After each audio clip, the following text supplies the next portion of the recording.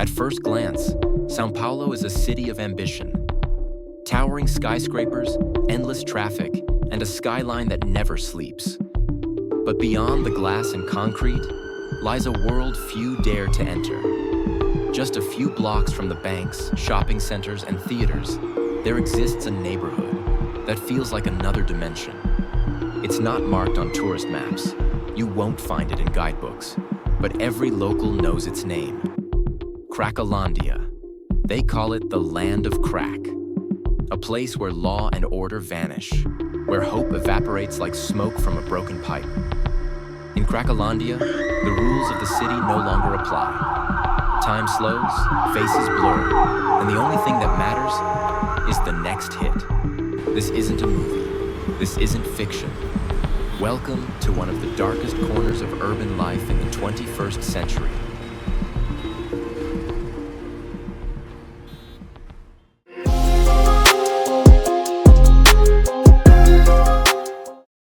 Cracolândia isn't just a name.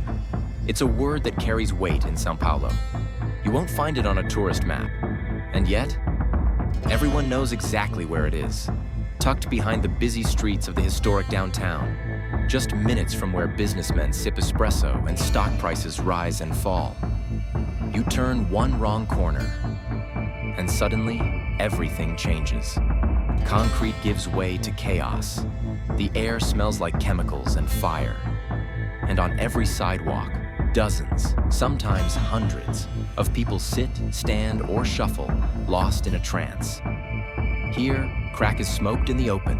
No shame, no fear, just routine. Every glance you catch is hollow. Every face is tired, as if sleep is a luxury long forgotten. This is not a scene from a dystopian film.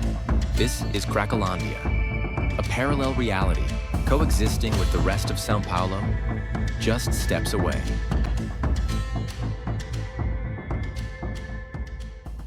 What's perhaps most shocking is that the police are there. They see the pipes, the deals, the overdoses. They walk past men lying unconscious on the pavement, women smoking crack beside piles of garbage, and teenage boys acting as lookouts for street dealers. And often, they do nothing. Years of raids, arrests, and tough-on-crime policies have done little but shift the problem from block to block. Crackdowns have become routine. But the addiction, the desperation, it always comes back. Locals say it's like cutting a tumor with a butter knife. You don't remove it, you just make it bleed more. Some officers have lost faith, others fear retaliation, and some, they're simply paid to look the other way. Cracolândia has become a place where law no longer means justice, where presence doesn't mean action, and where silence speaks louder than sirens. Why doesn't Cracolândia go away? Why, after decades of media coverage, police raids, and public outrage, does it still grow back like a weed through concrete? Because this isn't just about drugs. It's about poverty that's been ignored, trauma that's been untreated, and a society that punishes suffering instead of healing it. Most of the people here didn't wake up one day and choose to smoke crack. They grew up in broken homes, faced abuse, lost their jobs, lost their families, and when they fell, no one caught them. In Brazil, the mental health system is underfunded. Shelters are overcrowded. Rehab is expensive and rare. And public policies focus more on removing addicts from the streets than removing the reasons they're there. It's like trying to cure a disease by hiding the symptoms.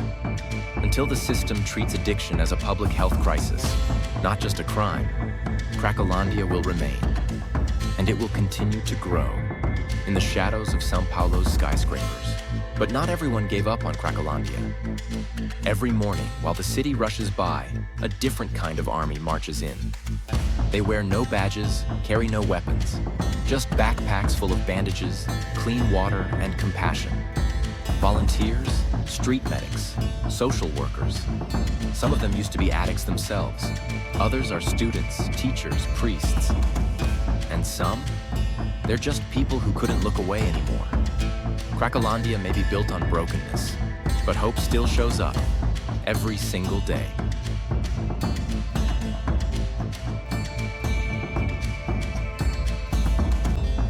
Cracolândia isn't just a place. It's a warning, a reminder of what happens when society turns its back.